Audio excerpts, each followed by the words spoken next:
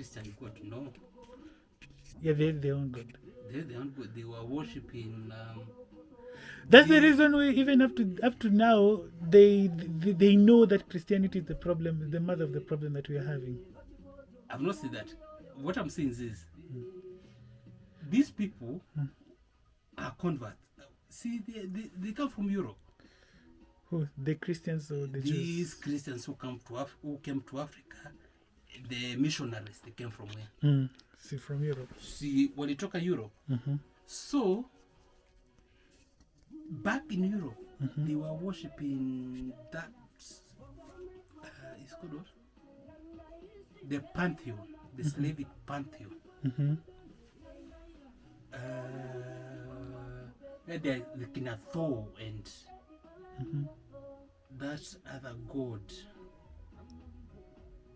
But even themselves, they were converted To this Christianity. to the Christianity thing.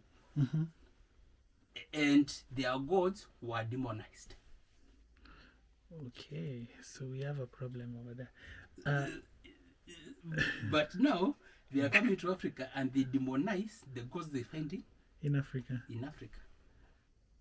But even when you look at it, the whole thing is not about demonizing of gods. It's in culturalization. Yes. We take what is yours, We we merge it together, and we tell you, just story mingi. This God you go to worship in a tree is the same God we are telling you just go worship him in a church. Yeah, because yesterday I was watching something and it was saying that in the present day, the Swahili coast, it was there were 400 cities in the Swahili coast, from Pemba in it's called what? In Mozambique, from Mozambique all the way up to Mogadishu. There were 400 cities, and prior to that, these cities, the Giriamas, Kilwa was the biggest city, which is in Tanzania, Kilwa. And then there was Gedi. Gedi was done by the Giriamas. And the Giriamas were so wealthy. And that's the reason I'm telling you, the Great Zimbabwe. The Giriamas traded with the Great Zimbabwe's, which was a Shona kingdom, which was very, very successful. But then, when the Arabs came and all that fusion, and then they tell us that the Swahili, which has like 20% of Arabic words, but you see, 80% come from the Giriama community, the Swahili itself. So basically, the Giriamas forge all this civilization. And the one who did not convert into Islam, they're the ones who were actually very poor. Because the Arabs were the one who brought this Islam and everything. But even before Arabs were here and they were crossing, they would go with the monsoon wind 6 months to Middle East, to India, and then come back. You know, this thing where I was reading in the original, just after Constantine and the formation of Christianity. Before Constantine and everything, the Jewish sect, which actually became Christianity, were the worshipping day was on Saturday. Okay. So in the process, but for lack of better word, the pagans, their day was on Sunday. So it's a reverse. No, it's not a reverse.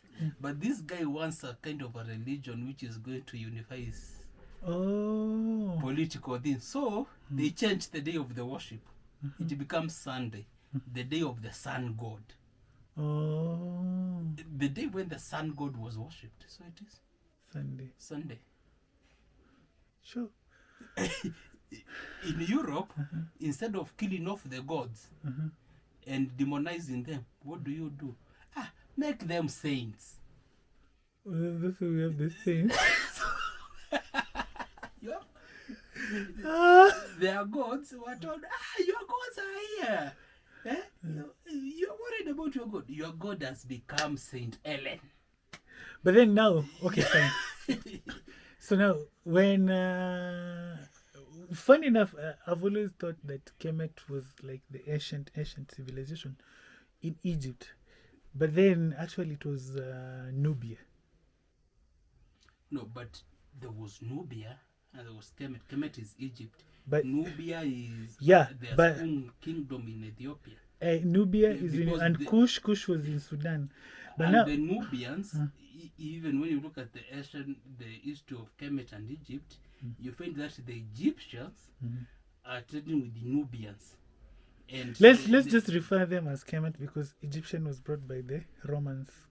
You can refer to them whatever you want. The Egyptians, anyway, we call it an Egyptian kingdom. It was Kemet. The Egyptian came guys- much later. Because if you read these books by Wilbur Smith, Mm-hmm. okay, they are fictional, but there's a lot of information on it because he writes a old Egyptian series. Mm-hmm. You find that there is a lot of interaction between them because he refers to those Arabs who comes as Icos and these Nubians. But Kemet, but you see, was it Kush or Nubia? I'm confusing it. Those are two different Yeah, kingdoms. I know. But there's one that was prior that gave birth to Kemet, That gave birth to the Egyptian kingdom. the Kemet, and then Kemet came and invaded. I think it was Kush. I'm not sure. I was reading. Kemet came and invaded Kush. Then back Kush came and invaded Kemet again. And then when Kush invaded Kemet, it did not destroy. It actually rebuilt Kemet. And then when the Romans were coming and the Assyrians is when we have now the word Egypt started coming, because the Romans are the ones who came. The Greeks are the ones who came and say the Egyptos. The land of Egypt means the land of what in Greek? The land of burden. So if Kemet was upright person, you think they will call themselves the land of burden? But you know, the Egyptian kingdom is a very dynamic thing. Okay, you call it Kemet, me I call it Egyptian. This is something that existed for a very long time, and it was also constant. They were come artists like Kenya, their borders here. Yeah. It was changing. It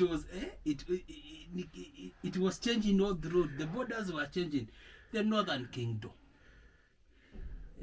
Then there is the southern kingdom. And then the Assyrians came. Then there is this kind of kingdom. Then there is the old kingdom, the middle kingdom, the new kingdom.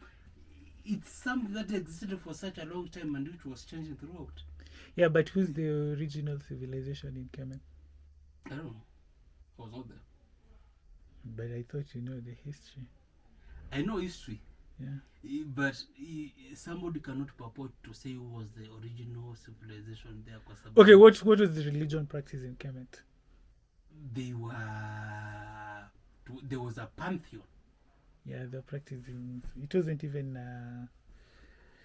like what do you call? It wasn't like one god. There were so many gods.